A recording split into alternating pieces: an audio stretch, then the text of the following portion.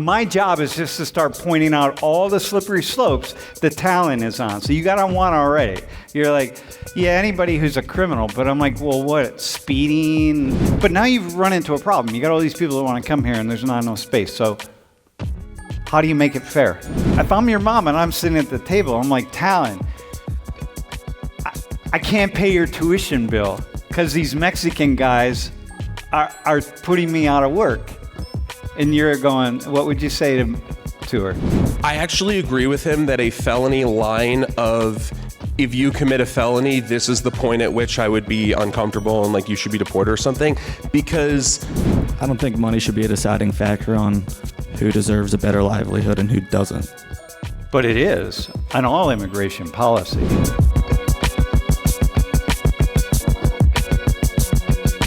The way we talk about immigration, the way I hear it discussed out in the media and among people and so on, is that it's really like a national divide between, good people and bad people, or moral people and immoral people, and compassionate people and uncompassionate people. It's just a divide about that. It gets narrowed down into singular issues. So we're really at an impasse about very narrow range of issues. And the only way to understand the impasse, to really understand the issue, this immigration, is to really see the many, many different facets that go into immigration as an issue. I'm picking out a whole bunch of them. If you look at all these issues, man, it is a lot of things that are going on. And frankly, these are the two that we're talking about all the time. It's morality and justice and law and stability. And if you lean left, it's all about morality and justice. And if you lean right, it's all about law and stability. But look at all these other ones that are part of this. If immigration were really this simple, we'd have resolved it a long time ago. So first off, in what ways is immigration, and we can look at legal and illegal, you can take legal first. In what ways is it fair and unfair? Our immigration system's terrible. There's a lot of things that are going on with ICE-related incidents that is very, very, very hard to watch and hear about, but I do think there's the precedents where if you do something illegal, there is some sort of action that has to be taken. Okay, so you've already said, so there's something unfair. What's unfair? You said it's hard to watch. Like, does that mean it's unfair, or? Yeah, I think it's completely unfair that anybody's lives had been taken in any sort of way, especially by ICE, because that is the main thing that everybody sees today. Okay, and then people who are breaking the law just by being here and being sent out of the country, which is what ICE is doing. How is that? Is that fair or is that unfair? Criminals should not be here, as everybody, I think, would agree. Okay. All right, but I wouldn't say coming in illegally is you're a felon, you have to be kicked out. Okay, so what constitutes a criminal? Who's a criminal? Anybody who does something maliciously towards another person, I would constitute as a criminal. Well, hang on, man. That would be like cheating on an exam in here because... To an extreme effect, like murder, fraud, theft. So first off, right, you just got on a very slippery slope, okay? My job is just to start pointing out all the slippery slopes the talent is on. So you got on one already. You're like, yeah, anybody who's a criminal. But I'm like, well, what, speeding is like identity theft, stealing someone's finding money on the ground and keeping it? Like, what's a criminal? Like I said, I would say more extreme things I would classify as something punishable, not necessarily stealing a $20 bill off the ground. Okay, well, now you got, let's go with a felony, right? Shoplifting felony. Let's say you shoplift $990 worth of items. That's a misdemeanor. But it's $11 more, it's a felony. So is a misdemeanor or a felony? Like, how about that? You got an immigrant, and you got to decide, okay, how about that? Are they a citizen, or are they... They're an immigrant. They're undocumented, let's say. And they're the people, you're watching ICE grab them out of their car because, we're not going to talk about ICE this whole time. You brought it up. So ICE is grabbing this person out of their car. Their child's hanging onto the legs. But they committed a felony because they stole $1,001 worth of goods. And then over here, ICE is dragging someone out of their car, and they stole $990 worth of goods, which is a misdemeanor. And you're like, wait, that's a misdemeanor. Wait, that's a felony. So, Yeah, I don't really have a certain line that you have to cross to decide who gets to stay and leave. Okay, so how about, to what degree is legal immigration fair? Just legal immigration. We bring a certain number of people in every year. The United States is a place that majority of people want to be if you do not live here. I have friends who are from Brazil who say their family, their end goal is to move to America. And I would say most people would die on that hill that they want to become an American one day. But the immigration system is very limited. Getting any sort of citizenship and like a green card, that's very difficult. And I think becoming a citizen is very difficult. But I do think most people deserve a chance, but aren't given that chance. But now you've run into a problem. You got all these people that want to come here, and there's not enough space. So how do you make it fair? It takes a long time, from my knowledge, to get citizenship. Whenever you're going to apply, it takes a very long time. Could take years. I think there has to be some quicker rate to get people into the United States, or in some cases be denied for some sort of extreme case. But so what do you do about the fact then that you have these rapid changes in some communities? Immigrants tend to come in waves. You go where your relatives are, where people are, which is why you suddenly, you've got like 5 families from Somalia suddenly in this community in Minnesota. And then like 6 months later, you got 50. And you're like, how do we go from 5 to 50? So the problem is, if you do that, then suddenly you got these waves of people, and you got all these other people living here who are going, wait, what the hell? I suddenly got all these Malaysians or Somalis or whatever. So that feels really unsettling for people. So, all right. I don't mind diversity in any way. I don't think waves of people coming in is a bad thing necessarily. Okay, but how about this? Let's look at undocumented immigration. Who's it fair to? Let's start there. Who's it fair to? I think it's good for the economy in many ways. The more people we get, no matter if you're legal or illegal, undocumented, whatever way you want to phrase it, I think the more people, the better the economy. Who's it unfair to?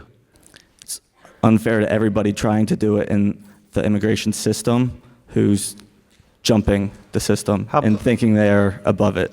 Okay, so it's unfair to people who are in the system going like, I've been waiting 6 years for my green card, and this person comes over, and under the Biden administration, for example, people were coming up to the border for a certain number of months, and they applied and immediately got like some kind of, it wasn't a green card, but they got like put in line in a way. It's like, to get a green card, it's like, that wasn't fair to all those people who've been waiting 5 or 6 years. How about when undocumented immigrants undercut wages?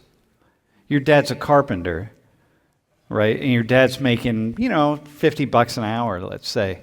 And you got these guys coming up from Mexico going like, yeah, man, I'll build that shed for you for $800. And your dad's like, I'll build it for $4,000. So who's it unfair to?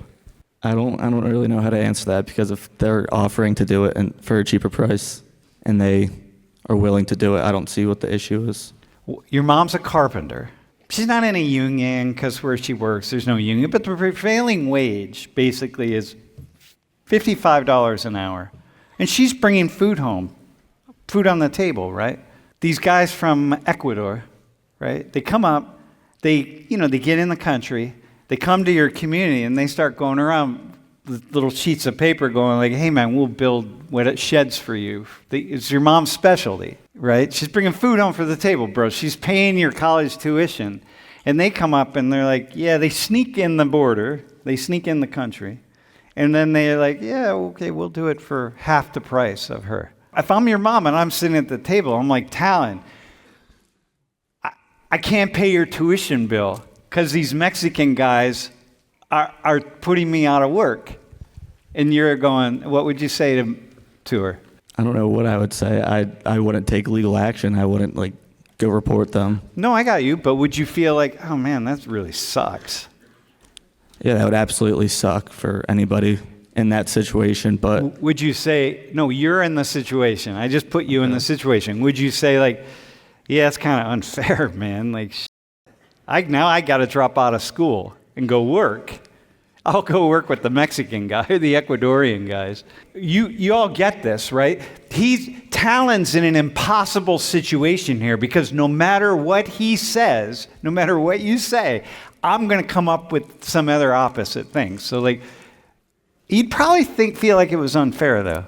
When you're specifically talking about some immigrant coming in and offering their services for a lesser value, there's actually a term for that in economics. It's called dumping, and it's extremely illegal. Like, your country can get sued for that sort of thing. It's usually not for labor or anything like that, but labor is a good or service that can be traded. So I would absolutely be angry on like a legal level if that sort of thing happened to my family. I actually agree with him that a felony line of, if you commit a felony, this is the point at which I would be uncomfortable and like you should be deported or something, because people are going to skirt the line no matter what that line is. If somebody is skirting the line and they're going to shoplift $990, you can't stop them. They're going to skirt that line no matter where you put that line. And a felony line should be a line where we go, at what point is somebody not trying to game the system, crossing a line at which point they should be punished for over a year in prison? And I think at that point, if you are an immigrant and you're crossing that line, then yeah, like you probably aren't a net positive in this country. So I actually do think that line is fair. Well, do you agree with that? there shouldn't be a line that you cross and then you go from being in America to out of the United States to out of it. All right. So it's one thing if I step over the border and you apprehend me and you're like, nah, dude, go back. All right? Because I was at the border. I see how it works. It's pretty simple. But it's another thing if I get all the way here and I start working and I have a livelihood. My family's here and all that. So how do you make a distinction there between who you kick out and who you don't? I don't really have an idea of what you would do if somebody has a life and a family. That's one of the things I really have a hard time dealing with whenever I hear about what ICE is doing, because there's people getting taken away from their kids. So there's some people, should it matter though?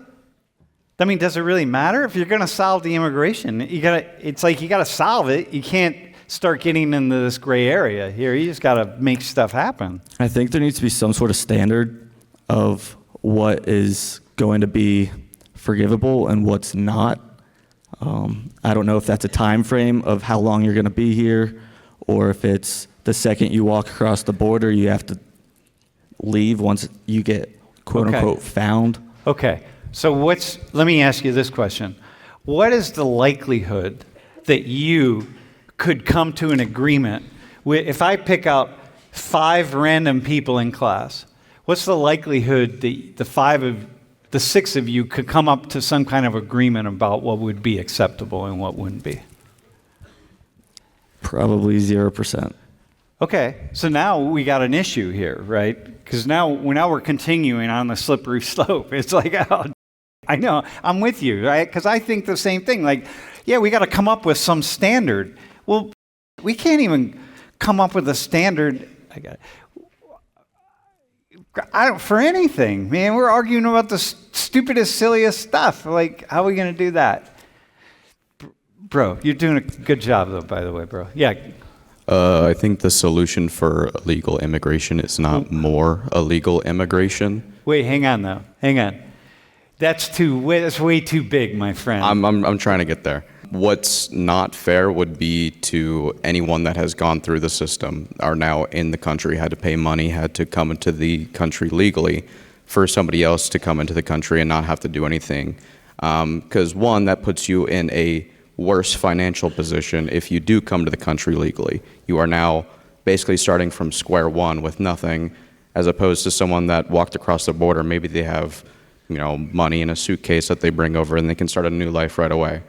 Instead of, again, some people will come over and have to live on the streets. So it's not fair to the people that come to the country legally, and it's also not fair to the illegal immigrants that can't start a life right away and have to live on the streets. I don't think we should be able to allow illegal immigrants, hey, yeah, they're in the country, but they're still living on the streets. I don't think that's good. How about the fairness between, I think President Trump offered visas, green cards to people who could pay $1 million or something like that. What about that? Like rich people, you pay $1 million, but you over here, I talked to a guy, I was down in Mexico, so this guy was from Guatemala, and I started asking him about his life in Guatemala. Dude, basically, he had a plot of land about as large as that screen, okay? And Guatemala, where he lived, was in a drought. So it's like, his children were starving. He had 3 kids. Children were starving. He's like, I'm going to get up. I got to feed my kids. I'm going to do whatever I got to do, right? We say, okay, you're not going to do it. You're not coming in. Oh, but you can.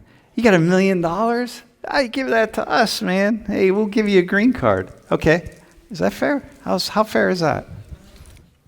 I don't think money should be a deciding factor on who deserves a better livelihood and who doesn't. But it is on all immigration policy.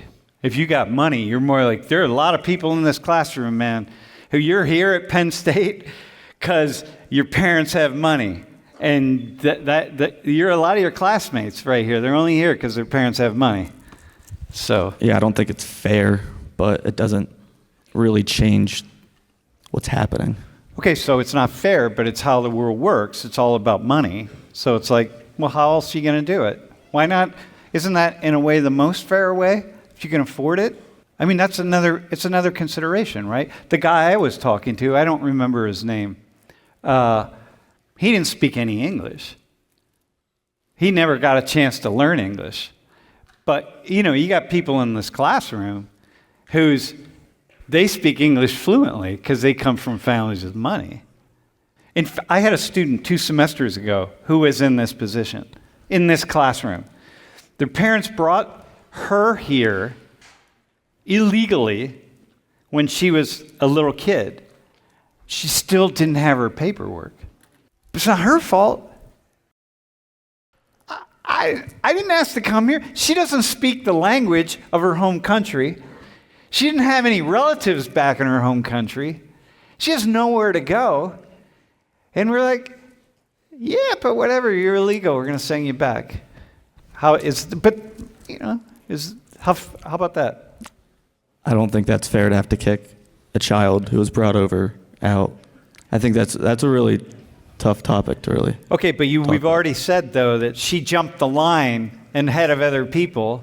So she's not operating in a fair way because she got something just because her parents grabbed her and came to the U.S. Then it goes back to where are we going to draw the line of how long are you going to be here to make you immune to getting... Okay, yeah. I guess I would question whether making it easier for illegal immigrants to come in, being unfair to legal immigrants really matters. Because I think of if you have a weed conviction, and I think that putting you in jail and putting that out a felony is absurd. And in some sense, it's unfair for people to have a weed conviction to now be able to smoke weed legally. But that's not an argument to say that you shouldn't decriminalize weed. It's just all right. Okay, so you have that. You have someone who breaks the law 5 years ago that is no longer illegal today, right? How about that? I don't really have any strong feelings on that. You would if you had to write the policy, right? I got you. I hear that, man. So now what we've done, we've taken this morality and justice conversation and we've really complicated it, okay?